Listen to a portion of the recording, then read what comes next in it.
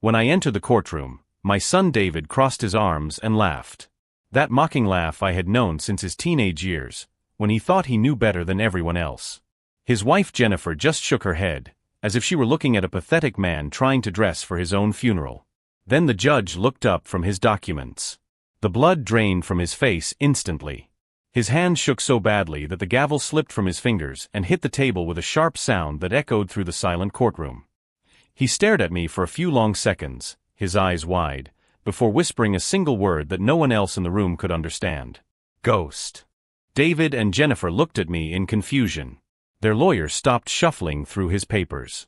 No one understood why the judge looked like he had seen a zombie. But I recognized John Carmichael immediately. 30 years older, gray hair, but the same nervous eyes he had when he was a rookie prosecutor about to lose the biggest case of his career. Until I appeared as an expert witness and handed over 12 corrupt executives on a silver platter.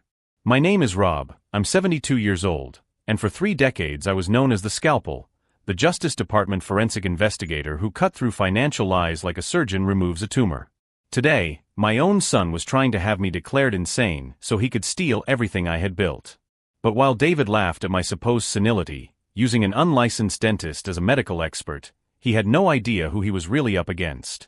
Nor did he know that I already knew about every penny he had stolen from his mother's charitable foundation to finance this pathetic charade. The judge finally managed to speak, his voice hoarse with shock. My God, is it really you? David stopped laughing. If you're enjoying this story of how an underestimated father showed his greedy son who's really in charge, don't forget to subscribe to the channel. Because what happened over the next 40 minutes was the most precise and brutal demolition that Courtroom had ever witnessed.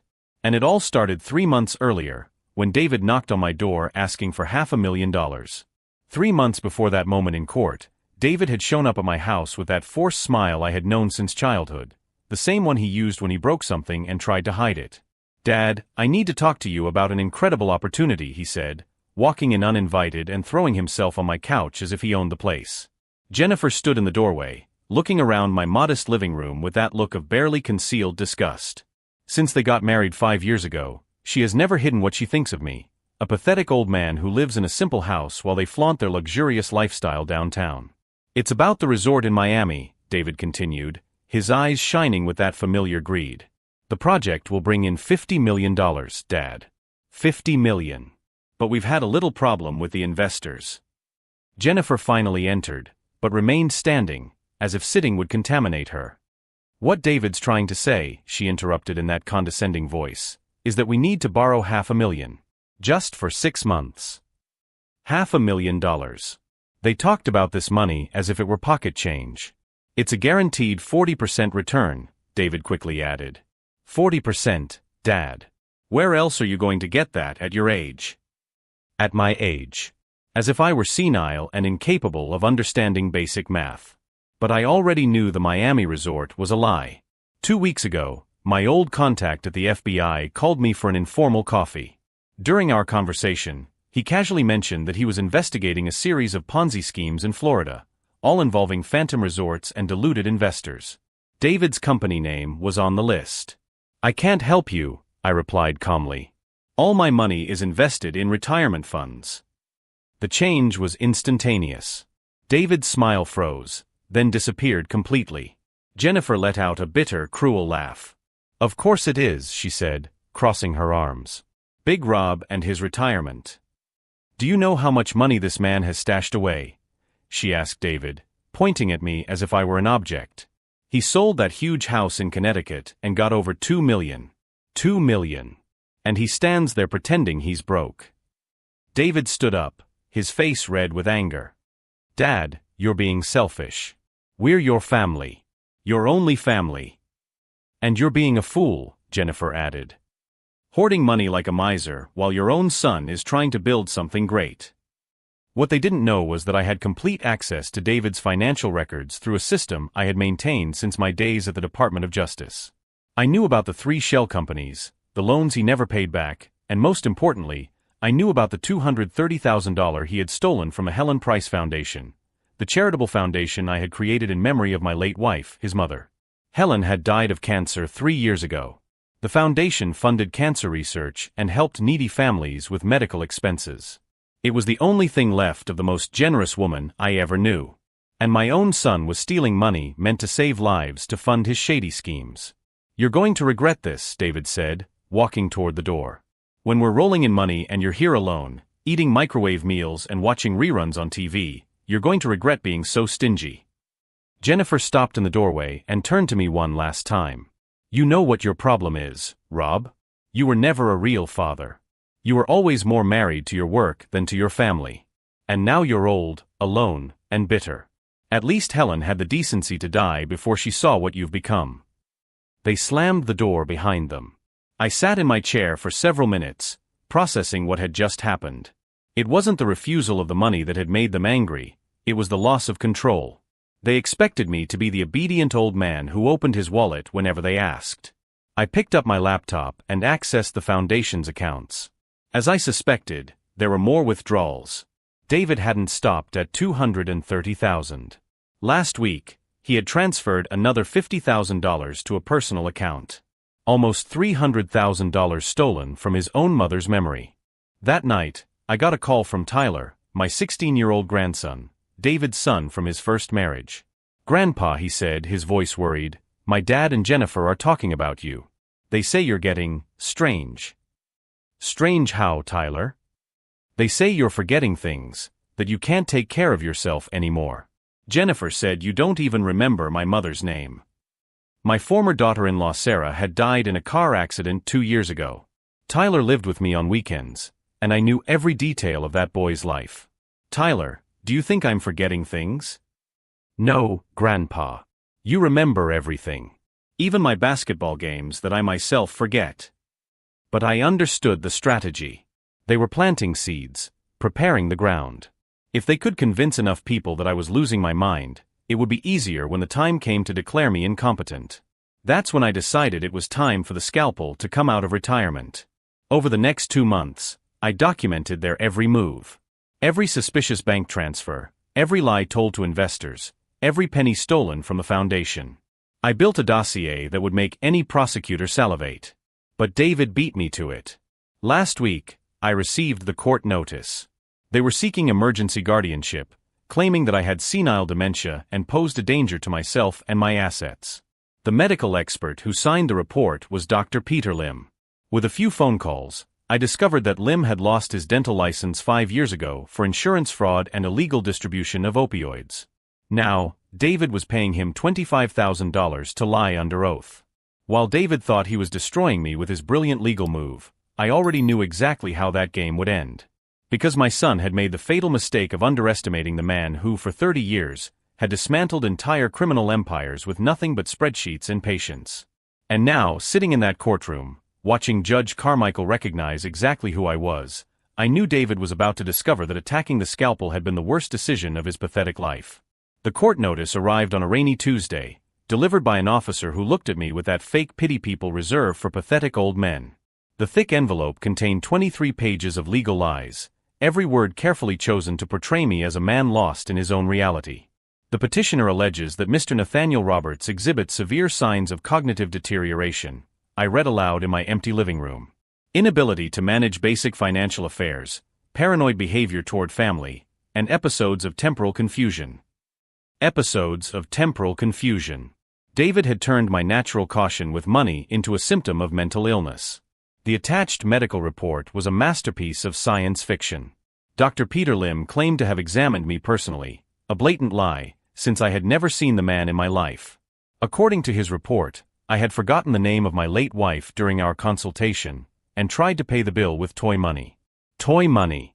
Their creativity was almost admirable. 2 hours later, Tyler showed up at my door. My grandson was visibly upset, his eyes red as if he had been crying. "Grandpa, I need to tell you something," he said, throwing himself on my couch with that drama typical of 16-year-olds. "Dad and Jennifer are saying horrible things about you at school." "What kind of things?"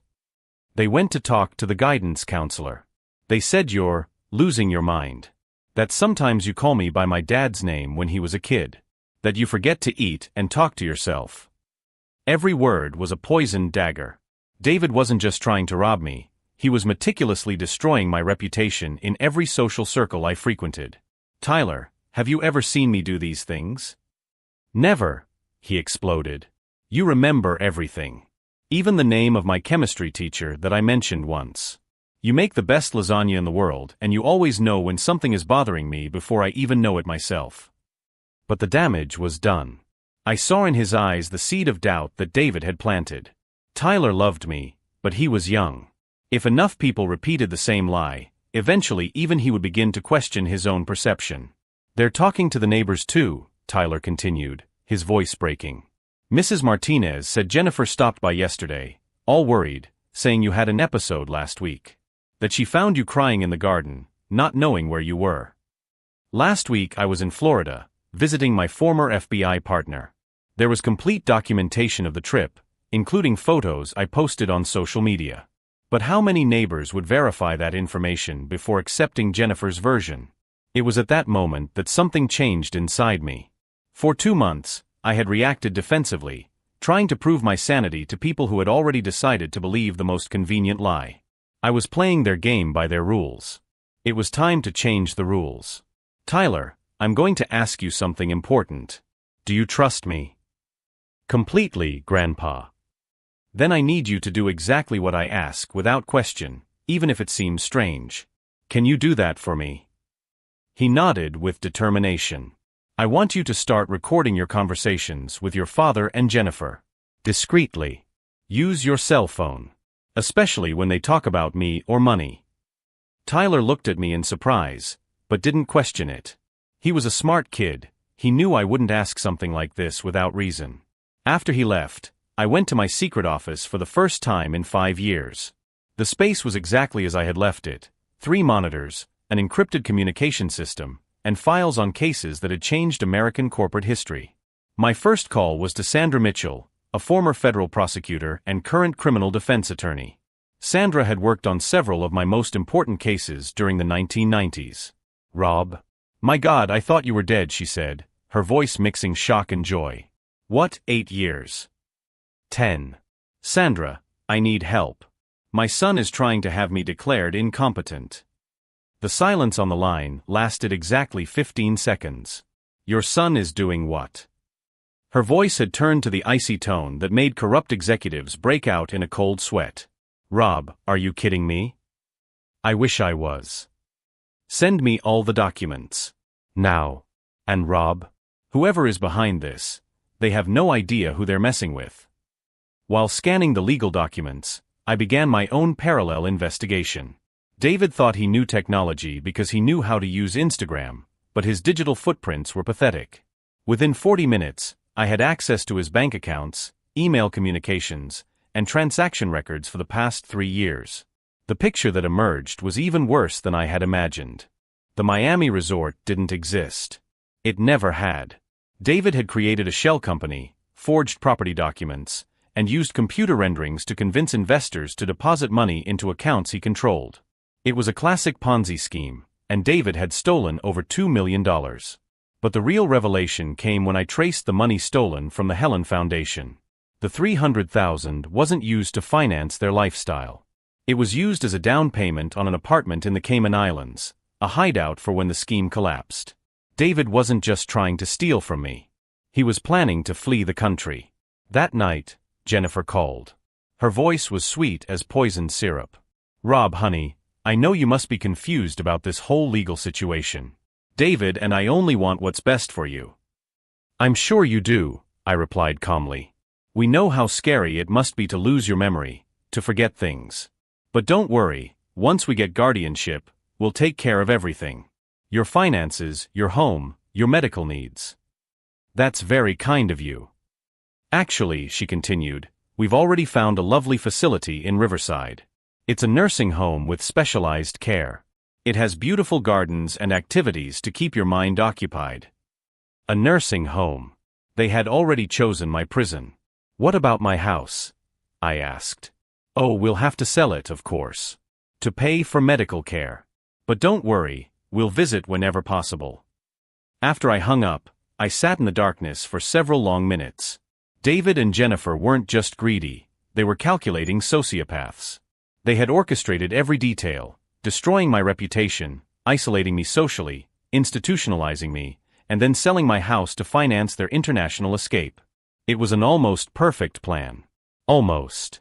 Because they had made the fatal mistake of underestimating the scalpel. I picked up the encrypted phone and dialed a number I hadn't used in 15 years. Marcus Thompson, Deputy Director of the FBI, answered on the third ring. Rob? Man, you disappeared off the map. How's retirement? Complicated, Marcus. I need a favor. Anything, man. You saved my career in the Meridian case. I need you to discreetly investigate a Ponzi scheme in Miami.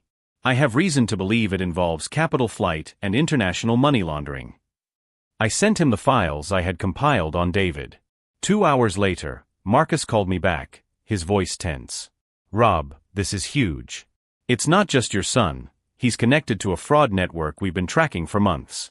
You just gave us the missing link. Great. But Marcus, I need a promise. Let me handle this personally first. Then you can arrest him. Rob. 3 days. Just 3 days. Then he's all yours. A long silence. Okay. 3 days. But Rob, if he tries to leave the country. He won't try. I'll make sure of that. I hung up and looked at the documents scattered across the table. David had declared war on the wrong man. For 30 years, I had hunted financial predators far more intelligent than him. I had dismantled empires built by criminal geniuses with unlimited resources. My own son was just an amateur con man with delusions of grandeur. And in 72 hours, when we walked into that courtroom, he would find out exactly who he had tried to destroy. But first, I needed a face-to-face conversation with Dr. Peter Lim. Dr. Peter Lim lived in a rundown apartment in Van Nuys, in a complex that seemed to have been frozen in time in the 80s. The intercom was broken, so I climbed the 3 flights of stairs to door 312. The hallway smelled of mold and stale Chinese food. I knocked on the door. Shuffling footsteps approached, followed by the sound of multiple locks being opened. The door opened to reveal a short, thin man with greasy hair and nervous eyes. He was wearing a stained t-shirt and pajama pants at 2 in the afternoon. Dr. Lim. I asked in my gentlest, most confused old man voice. Who wants to know? He replied, already half closing the door. My name is Rob. I'm the patient you wrote the medical report on. The color drained from his face. He tried to close the door, but I had already put my foot in the crack. Calm down, doctor. I just want to talk. I don't know what you're talking about, he stammered, but his hands were shaking. Can I come in? I brought coffee. I held up a paper bag from Starbucks. And I also brought this. I showed him a black folder. It's your criminal records. Very interesting. He let me in. The apartment was a mess. Piles of dusty newspapers, dirty dishes in the sink, and a sour smell in the air. Lim sat in a torn armchair, clearly terrified. How much is my son paying? I asked directly. 25,000, he muttered, unable to look me in the eye. Only 25,000 to ruin a man's life? I made a disapproving sound. Peter, may I call you Peter? You're being greatly underestimated. I opened my briefcase and placed a photo on the dirty coffee table between us. It was Lim being arrested 5 years ago, handcuffed, being led away from his dental office by federal agents. Illegal distribution of opioids, I said calmly. 400,000 pills over 2 years. You turned your clinic into a drug supermarket. Lim was sweating now. That's in the past. I paid my debt to society. Paid it. I placed another document on the table. Peter, you were never arrested. You never served a day in jail. Want to know why? He didn't answer. Because someone posted your bail. $500,000. And then paid for the best criminal lawyers in Los Angeles. Lawyers who cost over $200,000 to get you out of jail. I placed a third sheet on the table. It was the bank transfer record. Walsh Holdings GP. My son's company. He bought you 5 years ago, Peter. You've been his property ever since. Lim finally looked at me, his eyes filled with tears. He said it was just to sign some papers. That no one would get hurt. And you believed him? I needed the money, he whimpered. You don't understand. Since I lost my license, I can't get a job anywhere. David offered me a new life. A new life. I laughed without humor. Peter, do you know what happens to people who commit perjury in federal court? He shook his head like a frightened child. 15 years in prison. No possibility of parole. His jaw dropped. But, I continued, my voice softening, I also know what happens to people who cooperate with federal investigations. I took out my cell phone and showed him a number. Marcus Thompson, FBI. This man is waiting for your call, Peter. You're going to tell him everything about David Walsh. Every transaction, every lie, every forged document. In return, you get complete immunity and enter the witness protection program. Lim stared at the phone as if it were a poisonous snake. Or, I added casually, you can continue to be my son's property until he discards you when he no longer needs you. What do you think will happen when this whole story blows up? Do you think David will protect you? I didn't have to wait for the answer. I saw in his eyes that he already knew the truth. 2 hours later, I was back in my secret office. Peter Lim had made the call. Marcus Thompson was on his way to Los Angeles with a team of federal investigators. The phone rang. It was Tyler. Grandpa, I got some recordings, he said excitedly. Dad and Jennifer are planning something for tomorrow. What kind of thing? They're going to the bank in the morning. Jennifer said something about liquidating the last assets before anyone finds out. Their last chance to drain the accounts before fleeing to the Cayman Islands. Just as I expected. Tyler, I need you to do one more thing for me. It's dangerous, but vital. Anything, Grandpa. I want you to record Jennifer talking about your grandmother's foundation. Get her to confess what they did with the money. How do I do that? Tell her you're worried about me. That you heard I'm sick and ask if she knows anything about Grandma's charity money. Play innocent. 2 hours later, Tyler sent me an audio file that was pure gold. Jennifer, thinking she was talking to a naive teenager, had confessed everything. How they stole the foundation money, how they used it to finance the resort scheme, and how they planned to blame it all on my senility if they were discovered. Your grandfather is really going crazy, she said in the recording. It's better for everyone if he's admitted to a nursing home. At least that way his money can be put to productive use. If you're following this story of how a father discovered the true face of his greedy son, don't forget to subscribe to the channel, because the next revelations are breathtaking. That night, I received a call from Sandra Mitchell. Rob, I've reviewed all the documents. This case is a godsend. Not only did they commit fraud, they committed it incompetently. Explain. David forged his signature on 3 different documents related to the foundation. But he used different pens and the pressure of the writing doesn't match.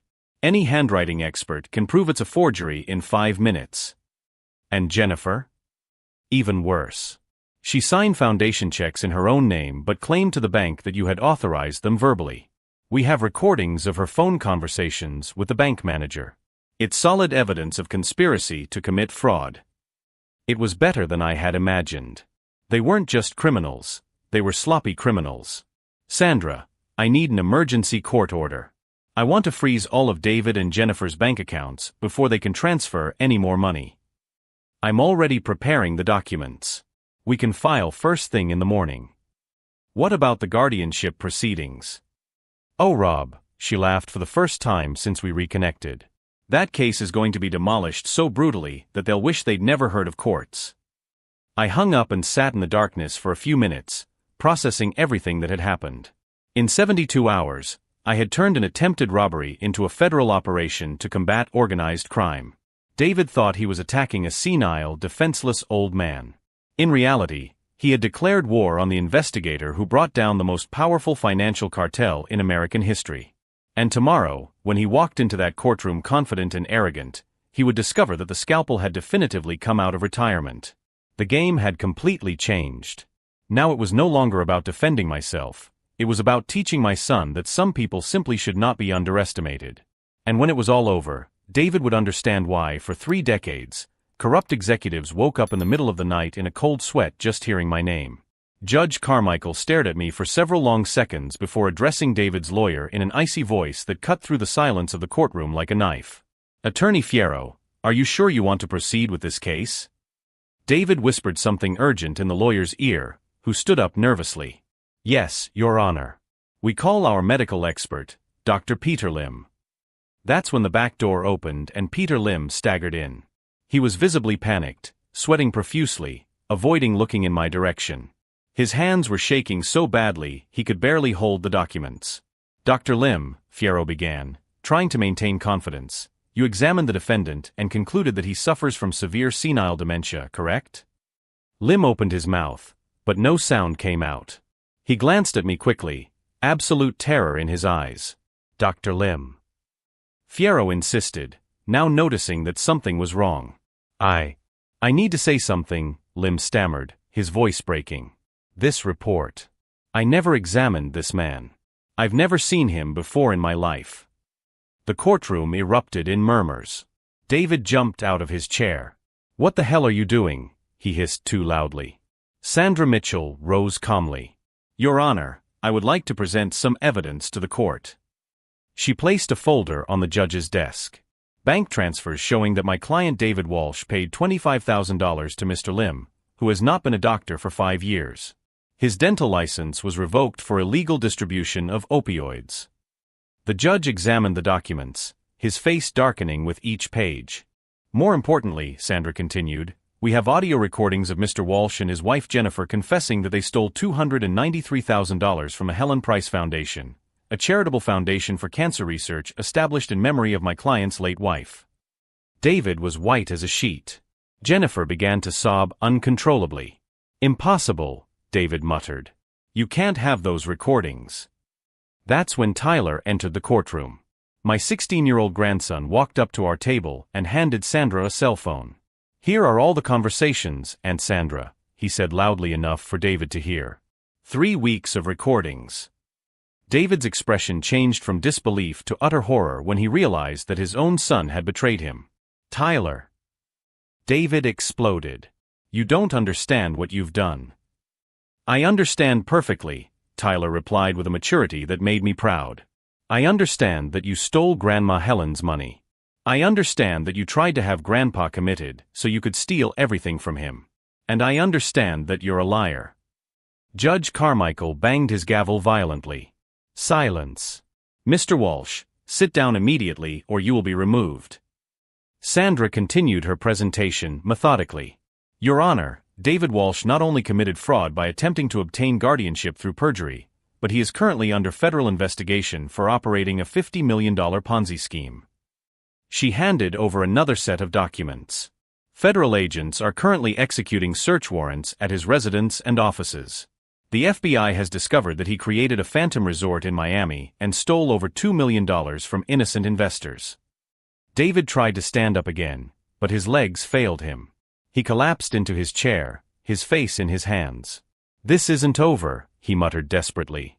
You can't prove. Actually, we can, said a new voice from the courtroom entrance. Marcus Thompson, deputy director of the FBI, entered accompanied by 2 agents. David Walsh, you are under arrest for mail fraud, money laundering, and operating a Ponzi scheme. As they cuffed David, he looked at me with pure hatred. You did this. You destroyed our family. I slowly got up, walked over to where he was handcuffed, and spoke low enough that only he could hear. David, I didn't destroy our family. You did that the moment you decided to steal from your mother's memory. I just presented the bill. Jennifer was sobbing hysterically when the agents handcuffed her as well. Rob, please. I have a little girl. David forced me. You signed the checks willingly, I replied without emotion. You laughed at my supposed senility. Now you're going to learn what real consequences mean. Judge Carmichael addressed me directly. Mr. Roberts, in 30 years on the bench, I have never seen such a meticulous display of justice. This case is closed. All charges against you are dismissed with prejudice. As David was led away, he shouted one last time, This isn't over, Dad. This isn't over. But it was over. Completely. Marcus Thompson approached me as the courtroom emptied. Rob, we found the accounts in the Cayman Islands. $2.4 million hidden there. They were planning to flee the country next week. I smiled for the first time in months. I figured as much.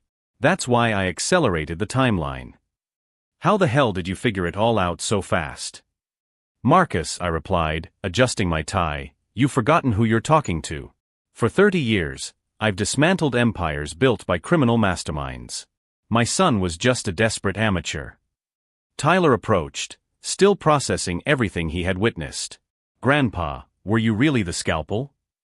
I am, I corrected. The scalpel never really retired. I was just waiting for the right case. We left the courthouse together. On the sidewalk, Tyler asked me, what happens now? I looked up at the blue Los Angeles sky and took a deep breath. Now, Tyler, we rebuild. Your grandmother's foundation will go back to saving lives. You'll have a college life without worrying about money. And I paused, feeling the weight of decades finally lift from my shoulders. I'm going to teach other people how to protect themselves from predators like your father. True revenge had not been destroying David. It had been showing the whole world that underestimating someone based on age is the most costly mistake you can make. Especially when that person is the scalpel. 6 months after the trial, I got a call from Marcus Thompson. Rob, I thought you'd like to know. David was sentenced to 15 years in federal prison. Jennifer got 8 years. They tried a last-minute plea bargain, offering to return all the stolen money, but the federal judge wouldn't even listen. I was sitting in my new office on the 15th floor of a building in downtown Los Angeles. Through the window, I could see the city stretching to the horizon, a metropolis where justice and revenge sometimes meet in the same courtroom. What about the investors' money? I asked. We recovered 93%. The Cayman accounts were frozen before they could move a penny. The investors are getting back almost everything they lost. And the Helen Foundation? Fully restored. In fact, with David's assets seized, it now has more resources than ever before. $540,000 dedicated exclusively to cancer research. I hung up and stared at the sign on my desk, Roberto Price Financial Investigation Consultant. After 3 decades of retirement, the scalpel was officially back in business. Tyler walked into the office carrying 2 cups of coffee. My grandson, now 17, worked with me in the afternoons after school. The experience with his father had matured him in an impressive way. Grandpa, another case has come in, he said, handing me a folder. A 60-year-old woman whose children are trying to sell her to a nursing home to get her inheritance. I smiled. And what do you think we should do? Investigate the children first. See if there's any evidence of financial manipulation. Then build a solid case before taking action. The boy had learned well. In recent months, he had become my unofficial assistant, helping to organize cases and even conducting some preliminary research. Seeing Tyler grow in this way was one of the most rewarding parts of the whole experience. Tyler, can I ask you a personal question? He sat down in the chair across from my desk. Sure. Do you miss your father? He was silent for a long moment, processing the question with the seriousness he had developed. I miss the father I thought he was, he finally said. The man who took me to basketball games and helped me with my math homework. But that man may never have really existed. And how do you feel knowing that you were the one who provided the evidence that convicted him? Proud, he replied without hesitation. Because I learned that loyalty doesn't mean protecting someone from their own consequences. It means doing the right thing, even when it's hard. That was exactly what I hoped to hear. 3 weeks later, I received an unexpected visit. Jennifer was at the reception desk, accompanied by a lawyer. She had been granted parole after 4 months in prison in exchange for testifying against David and returning all the money that was still in accessible accounts. She looked 10 years older. Her hair was gray, without the expensive treatments of before. She wore simple clothes and carried a humility she had never shown in the 15 years I had known her. Rob, she said, her voice breaking, I came to apologize. I motioned for her to sit down. Tyler discreetly left the room. There's no excuse for what we did, she continued. Stealing from the Helen Foundation. Trying to have you committed. It was monstrous. I know that now. Jennifer, why did you do it? Really? Not excuses or justifications. Why? She cried silently for a few minutes before answering. Because it was easier to see you as an obstacle than to admit that David was failing. Because it was easier to blame you for being stingy than to accept that we were broke. And because, she paused, because I was afraid that if David lost everything, he would leave me. And did he? The moment he was arrested, he blamed everything on me. He said I had influenced him, that it was my greed that had created the whole situation. 15 years of marriage, and at the first sign of real trouble, he tried to throw me under the bus. It was exactly what I expected from David. He had always been a coward when confronted with the consequences of his actions. Jennifer, do you have somewhere to stay? Any support? I'm living with my sister in Phoenix. I got a job at a clothing store. It's humiliating, after everything I've had. But it's honest. She got up to leave, but turned around one last time. Rob, you could have destroyed us completely. But you stopped when justice was served. That means something. After she left, I reflected on her words. The truth was, I could have gone much further. I could have ruined reputations, destroyed the careers of peripheral people, created much greater devastation. But that wasn't justice, it would have been cruelty. The scalpel always knew the difference between precise surgery and unnecessary destruction. A month later, Tyler showed me an article in the local newspaper. David had been attacked in prison by other inmates who had discovered his crimes against the elderly. He was in the prison hospital with serious but non-life-threatening injuries. How does it make you feel to see this? Tyler asked. It makes me feel nothing, I replied honestly. Neither satisfaction nor pity. Just recognition that there are consequences in life that go beyond what any court can impose. Does that bother you? Not feeling anything. Tyler, for 30 years, I've seen men far worse than your father face far worse fates. I've developed an ability to compartmentalize emotions when it comes to justice. David made choices. Now he lives with them. That night, I went to visit Helen's grave. It was something I had done monthly since everything had been settled. I brought fresh flowers and a report on the foundation. The foundation saved 17 lives in the last quarter, I said aloud to the headstone. We funded 3 research projects that are showing promising results. And Tyler is turning into an incredible young man. You would be proud of him. A gentle breeze rustled the trees around the cemetery. For a moment, I could almost feel her presence, approving of what we had achieved. As for David, I paused, choosing my words. He lost his way, Helen. But perhaps with enough time to think, he can find some kind of redemption. Not for our benefit, but for his own. 6 months have passed since then. My consulting firm has grown. We now have 5 investigators working with us, all specializing in financial crimes against the elderly. In the last 6 months, we have helped recover over $3 million in stolen assets and sent 12 criminals to prison. Tyler was accepted to Stanford on a full scholarship. He plans to study law and then specialize in protecting the rights of the elderly. During our celebratory dinner, he asked me a question that surprised me. Grandpa, do you think my dad can change? Really change? Why do you ask? Because he wrote me a letter from prison. Apologizing. He said he wants to see me when he gets out. I thought carefully before answering. Tyler, people can change. But real change comes from genuinely understanding the impact of your actions, not just regretting the consequences. If your father has truly changed, you'll know by his actions, not his words. What if he has changed? Would you forgive him? Forgiveness isn't about him, Tyler. It's about not carrying anger that serves no constructive purpose. I've already forgiven your father for what he did to me. But trust is something else entirely. Last week, we received a case that reminded me why I went back to work. An 82-year-old woman had been convinced by a financial advisor to invest her life savings in a scheme that promised impossible returns. She lost $400,000. The advisor was a well-dressed, eloquent 40-year-old man who used an office at a prestigious address to lend credibility to his lies. He had done the same thing to dozens of elderly people. It took me exactly 2 weeks to track him down to offshore accounts, document the entire scheme, and hand him over to the FBI with irrefutable evidence. 2 more weeks, and he was in jail. But the most satisfying part came when we managed to recover 95% of the money from the lady and other victims.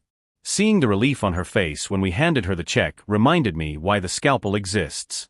If you've made it this far in this story of how a father taught his greedy son that some people simply should not be underestimated, don't forget to subscribe to the channel. We have hundreds of stories like this, people who refused to be victims and found brilliant ways to seek justice. Today, when I look back, I don't see David's attempt to destroy me as trauma, but as an awakening. 10 years after Helen's death, I had been content to be invisible, irrelevant, just an old retiree waiting for death to come. David forced me to remember who I really was. He woke up the scalpel. And while I would never wish on anyone the pain of being betrayed by their own family, I am grateful for the end result. Because now, at 73, I have purpose again. I have Tyler working alongside me. I have the Helen Foundation saving lives. And I have the satisfaction of knowing that I can still make a difference in the world. As for David, the last I heard from him was through Tyler. He was participating in a rehabilitation program in prison, helping other inmates learn basic math skills. Maybe it's just manipulation to impress the parole board. Maybe it's genuine change. Honestly, it doesn't matter anymore. Because I learned that the real victory wasn't in destroying my son. It was in rebuilding a life worth living, in creating a legacy that honors Helen's memory, and in teaching Tyler that strength doesn't come from never falling, but from always getting back up. Revenge may be sweet, but purpose is far more satisfying.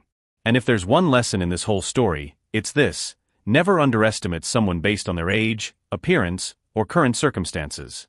Because you never know when you're messing with someone who has spent decades perfecting the art of dismantling empires built on lies. Sometimes, the quiet old man in the corner of the room isn't just a quiet old man. Sometimes, he's the scalpel.